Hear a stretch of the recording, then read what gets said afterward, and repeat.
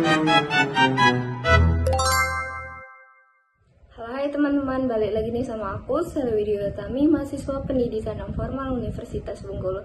Jadi pada kesempatan kali ini, di video kali ini, kita akan ngebahas sebuah topik tentang strategi pemberdayaan perempuan yang merupakan kaitan dari video blog sebelumnya. Ini merupakan untuk memenuhi tugas dari mata kuliah Strategi Pemberdayaan Perempuan dan Lansia dengan dosen pengampu Ibu Leni Mantili Hutauruk MED. Jadi, teman-teman, setelah yang saya sebelumnya itu mengenai topik strategi pemberdayaan perempuan, kenapa sih topik ini penting? Nah, karena perempuan itu sebenarnya memiliki peran yang sangat besar dalam kemajuan masyarakat, baik dalam bidang sosial, ekonomi, pendidikan, maupun politik. Namun pada kenyataannya, seringkali kan kita masih mendengar, melihat bahwa perempuan ini masih mengalami keterbatasan, misalnya dalam aksi pendidikan, berkarir, atau berpartisipasi di tengah masyarakat untuk mengambil keputusan. Karena itulah munculnya pemberdayaan perempuan, yaitu upaya untuk meningkatkan kemampuan, kesempatan, dan peran perempuan agar mereka bisa berkembang dan berkontribusi secara aktif di tengah masyarakat. Nah, sebelum masuk lebih jauh nih, kita perlu paham dulu apa sih istilah-istilah dari strategi dan pemberdayaan ini. Jadi, strategi itu bisa kita pahami sebagai rencana atau cara yang disusun sistematis untuk mencapai tujuan tertentu. Seperti langkah-langkah yang dirancang supaya tujuan kita ini yang kita inginkan bisa tercapai. Sedangkan untuk pemberdayaan perempuan itu merupakan usaha untuk meningkatkan kesadaran, kemampuan, dan kemandirian perempuan supaya mereka bisa mengembangkan potensi diri mereka. Tujuannya tentu agar perempuan tidak hanya menjadi objek pembangunan, tetapi juga bisa menjadi subjek yang aktif dalam pembangunan masyarakat.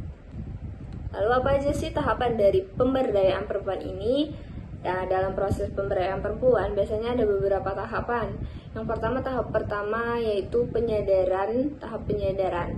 Nah, pada tahap ini, perempuan mulai diberikan pemahaman tentang hak-haknya, potensi yang mereka miliki, serta pentingnya kesetaraan gender. Biasanya dilakukan melalui penyuluhan, diskusi, atau pendidikan di tengah masyarakat. Nah, tahap kedua itu ada tahap transformasi kemampuan, di mana perempuan itu mulai diberikan berbagai pengetahuan, keterampilan, misalnya melalui pelatihan atau pendidikan.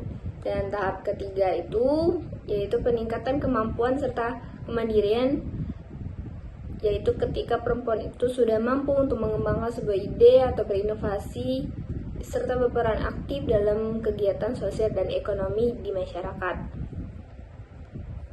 Selanjutnya itu bentuk strategi pemberdayaan perempuan. Nah, kalau kita lihat lebih jauh, ada beberapa nih bentuk dari strategi pemberdayaan yang bisa kita lakukan.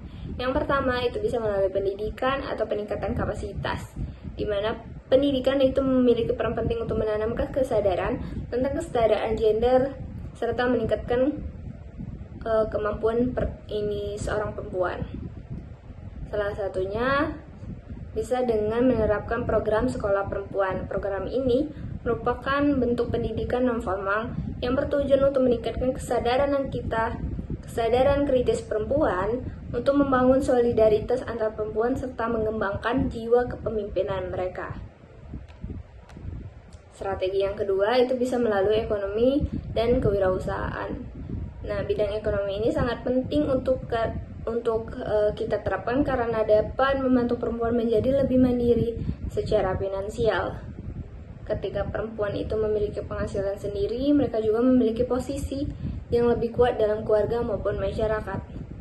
Contohnya bisa usaha mikro berkerajinan tangan, yang dimana ini bisa membuat sebuah batik. Lain itu juga bisa kita mengadakan sebuah pelatihan kewirausahaan digital, di mana perempuan itu diajarkan memanfaatkan internet, media sosial, dan platform e-commerce untuk memasarkan produk mereka. Nah, dengan cara ini perempuan bisa menjalankan usaha bahkan dari rumah.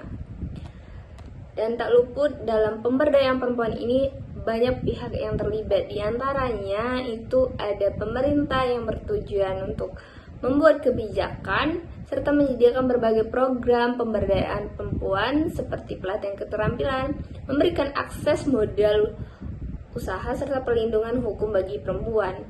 Selanjutnya ada lembaga pendidikan yang merupakan sekolah, perguruan tinggi, maupun lembaga pelatihan yang memberi pengetahuan keterampilan pada perempuan. Dan terakhir itu ada keluarga dan masyarakat. Nah, dua lembaga ini atau dua kelompok ini memiliki peran yang sangat penting karena dukungan dari lingkungan sekitar dan keluarga, terutamanya itu membantu perempuan lebih percaya diri untuk berkembang, mengasah kemampuannya, dan berpartisipasi dalam berbagai kegiatan sosial. Nah, jadi kita lihat bahwa pemberdayaan perempuan ini teman-teman bukan hanya sekedar memberi bantuan, tapi juga lebih membangun kesadaran bagaimana mereka mengembangkan kemampuan mereka dan kemandirian dari perempuan ini.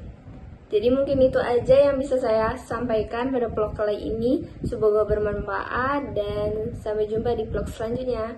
See you!